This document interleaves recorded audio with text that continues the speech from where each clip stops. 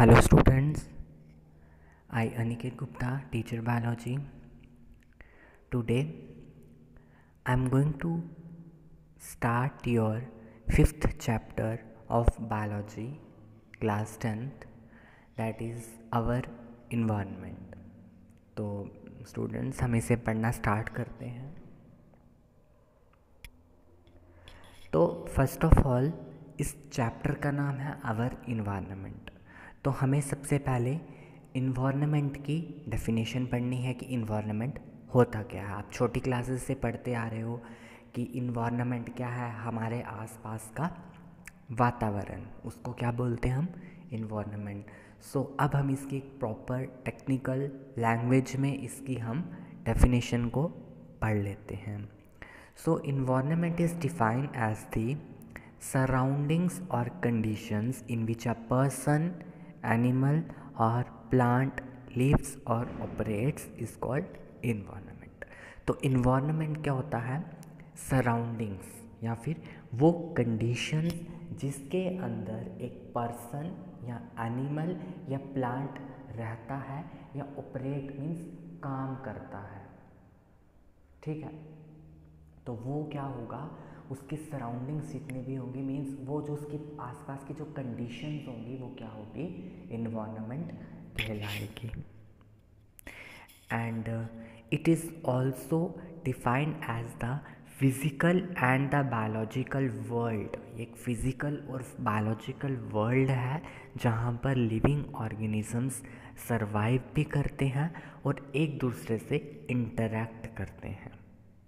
तो हम इसको कैसे बोलेंगे, it is the physical and the biological world where the living organisms survive and interact.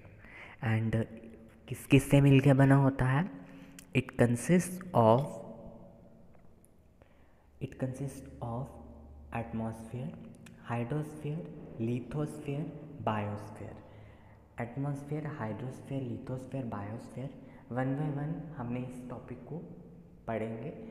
यहाँ मैं अभी भी बता देता हूँ कि जो एटमॉस्फेयर है वो क्या होता है, हमारे जो भी गैशियस एनवलप है हमारे अर्थ के ऊपर, ठीक है। Hydrosphere related to water, lithosphere related to our land and biosphere is related to जहाँ पर लिविंग ऑर्गेनिजम्स रहते हैं, दैट इज़ बायोस्फीयर, जहाँ पर लाइफ एग्जिस्ट करती है। जहाँ पर लाइफ एग्जिस्ट करती है उसको क्या बोलते हैं, biosphere. And its chief components are soil, water, soil है, वाटर है, एयर है, ऑर्गेनिजम्स हैं, सोलर एनर्जी है। तो ये सारा का सारा क्या कहला जाता है, इन्वायरमेंट कहलाया जाता है। नाउ नेक्स्ट, अब जो नेक्स्ट टॉपिक है आपके सिलेबस में वो है वेस्ट के ऊपर, ठीक है। अब आपको पता है कि हमारे इन्वायरमेंट में जो लोग रहते हैं वो क्या करते हैं, कुछ ना कुछ वेस्ट को प्रोड्यूस करते हैं। लिविंग ऑर्गेनिजम्स हैं वो कोई ना कोई वेस्ट निकालते हैं, ठीक है। और वो वेस्ट कहीं ना कहीं हमारे इन्वायरमेंट पे इफेक्ट डालता है, ठीक है। तो any material which have been discarded by living organisms is called waste, और any material which have not use, तो वो क्या हो जाएगा, वेस्ट। उसको क्या बोल देंगे हम, वेस्ट को वेस्ट बोलेंगे। अब जो वेस्ट है वो सॉलिड भी हो सकता है, लिक्विड भी हो सकता है, गैस भी हो सकता है, ठीक है। तो वेस्ट डिफरेंट टाइप्स के हैं।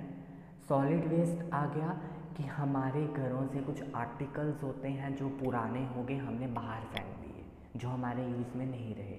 फॉर एग्ज़ाम्पल आपके घर में कोई चेयर है, वो टूट गई और आपने उसको बाहर फेंक दिया, दैट इज़ सॉलिड फॉर्म में होगी ना चेयर, तो वो क्या हो जाएगी, सॉलिड वेस्ट। लिक्विड वेस्ट क्या होगा, जो वेस्ट हमारे किचन से निकल रहा है, जो वेस्ट हमारे वॉशरूम से निकल रहा है, ठीक है, नालियों में जो पानी जा रहा है, दैट इज़ लिक्विड वेस्ट। और गैशियस वेस्ट कौन सा होगा, जो चिमनीज से, जो इंडस्ट्री से गैसेस निकल रही हैं, वो क्या होगा, गैशियस वेस्ट। लेकिन वेस्ट को on the basis of their degradation they are classified into two groups, biodegradable waste and non biodegradable waste. तो ये दोनों की दोनों कैटेगरीज को हमने पढ़ना है। तो firstly will discuss biodegradable waste. तो that substances which are broken down by biological processes are said to be biodegradable. Degradable का मतलब होता है कोई चीज़ ख़त्म हो जाए, बिल्कुल पूरी तरह से ख़त्म हो जाए। लेकिन बायो अगर रिलेटेड इससे वर्ड अगर इससे जुड़ा हुआ है, तो बायो का मतलब होता है उसको कोई लिविंग ऑर्गेनिज्म उसको ख़त्म करेगा, कोई बायोलॉजिकल प्रोसेस होगा, कोई बायोलॉजिकल प्रोसेसेस होंगे, कुछ रिएक्शंस होंगी, या फिर केमिकली वो टूटेगा, जो वेस्ट है सिंपल फॉर्म में टूट जाएगा और ख़त्म हो जाएगा। That waste is known as biodegradable waste and they pollute only, और ये जो है पल्यूट करता है सिर्फ when their amount is large, जब इसका अमाउंट बहुत ज़्यादा हो जाएगा, और can not be degraded into harmless substance in nature at the right time. ठीक है, आप यहाँ पर जो भी वेस्ट देख रहे हो, वेस्ट दिख रहा है आपको यहाँ पर, ये वाला वेस्ट, ये सब्जियाँ वगैरह हैं, तो ये सारा का सारा वेस्ट कहाँ पर, किस कैटेगरी के अंडर आएगा, बायोडिग्रेडेबल वेस्ट के अंदर। कैटल डंक, जो काऊ का गोबर होता है, वो अपने आप डिग्रेड हो जाता है, बैक्टीरियाज उस पर एक्ट करते हैं, बैक्टीरियल ग्रोथ वहाँ पर होती है। ठीक है, लेदर हो गया, एनिमल की बोन्स हो गई, विद रिस्पेक्ट टाइम वो ख़त्म हो जाती हैं, उस पर कुछ बैक्टीरियाज एक्ट करते हैं। कौन एक्ट करते हैं, बैक्टीरियाज। ठीक है बच्चों,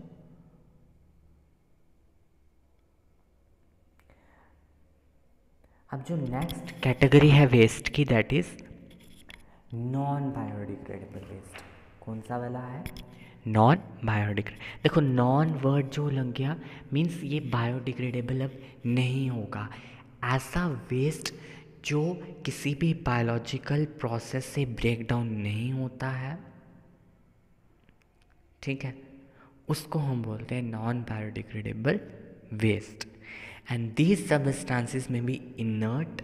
इनर्ट का मतलब होता है जो कभी भी ख़त्म नहीं होते, जो किसी से भी रिएक्ट नहीं करते, and simply persist in the environment for a long time और may harm the various members of the ecosystem.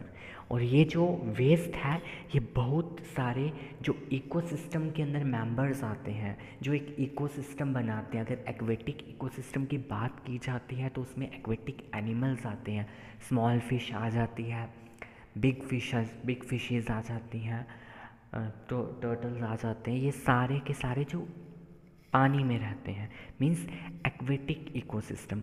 तो कोई भी इकोसिस्टम है, चाहे वो ग्रासलैंड इकोसिस्टम है, फॉरेस्ट इकोसिस्टम है, तो वहाँ पर उनके जो मेंबर्स होते हैं उनको इफेक्ट पहुँचाता है। कौन सा वाला वेस्ट, नॉन बायोडिग्रेडेबल वेस्ट। ठीक है बच्चे, एग्जाम्पल्स आ गई, DDT, metal articles, glass, plastic bags and objects etc. These are all come under the category of non biodegradable waste. ये कभी डिग्रेड नहीं होते। जैसे कि आप यहाँ देख सकते हो, सॉरी, हाँ, तो आप यहाँ पर देख सकते हो कि ये जो वेस्ट आपको दिख रहा है, कितना ज़्यादा लोगों ने डस्टबिन को फुल कर दिया, और आपको क्या दिख रहे हैं, प्लास्टिक बैग्स, पॉली बैग्स। और आपको पता है पॉली बैग्स कभी भी डिग्रेड नहीं होते, है ना। और आपको क्या दिख रहा है, कुछ प्लास्टिक बॉटल्स, कुछ ग्लास, तो ये सारे ऑब्जेक्ट्स कभी डिग्रेड नहीं होंगे। तो ये किस कैटेगरी में आएंगे, नॉन बायोडिग्रेडेबल वेस्ट।